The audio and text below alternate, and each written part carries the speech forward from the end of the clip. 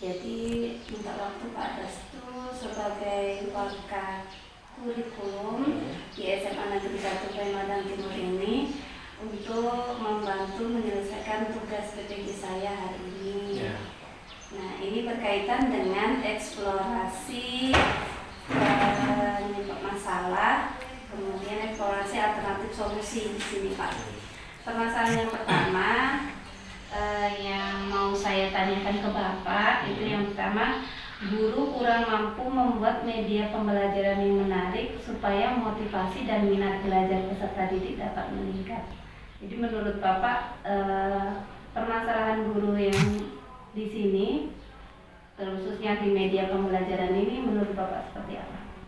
Ya, jadi mungkin Bu Okta sudah mendeteksi masalah yang seperti itu dari beberapa rekan kerja yang sudah diketahui bahwa guru-guru kita memang ada beberapa yang mengalami kelemahan di bagian pembuatan media pembelajaran yang menarik.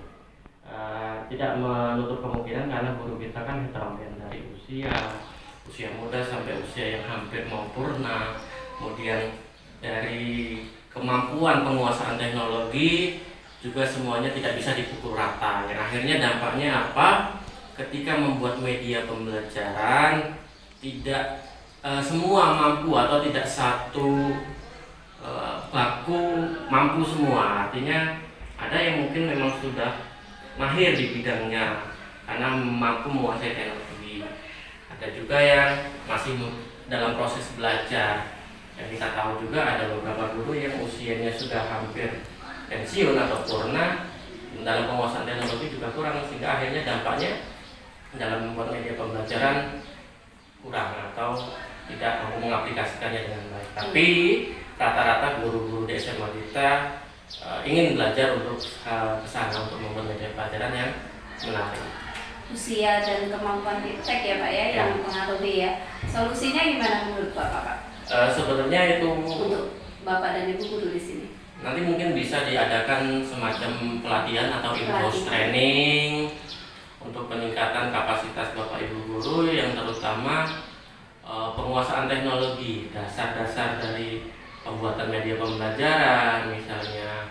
Kemudian sebenarnya media pembelajaran juga tidak harus yang berbasis teknologi full, mungkin bisa dikombinasi dengan media pembelajaran yang interaktif. Artinya tidak nanti dipaksakan untuk teknologi secara full, tapi juga bisa menggunakan semacam media pembelajaran interaktif atau yang bisa dua arah komunikasinya antara siswa dengan guru nantinya. Seperti itu. Misalnya media apa itu Pak? Banyak Bu sebenarnya di Google, nanti bisa cari referensinya. Contohnya di beberapa mata pelajaran seperti IPS itu kan tidak harus menggunakan media yang teknologi full gitu ya. Contoh kalau di pelajaran geografi nanti bisa menggunakan beberapa media alat seperti peta dimensi, seperti peta timbul. Kemudian di pelajaran sejarah mungkin bisa menggunakan media seperti alat peraga dan sebagainya, yang itu menjadi referensi untuk peserta didik mengetahui secara dari materi yang tadinya abstrak bisa jadi konkret. Kemudian permasalahan yang kedua ya Pak ya, itu kan permasalahan yang pertama tentang media pembelajaran.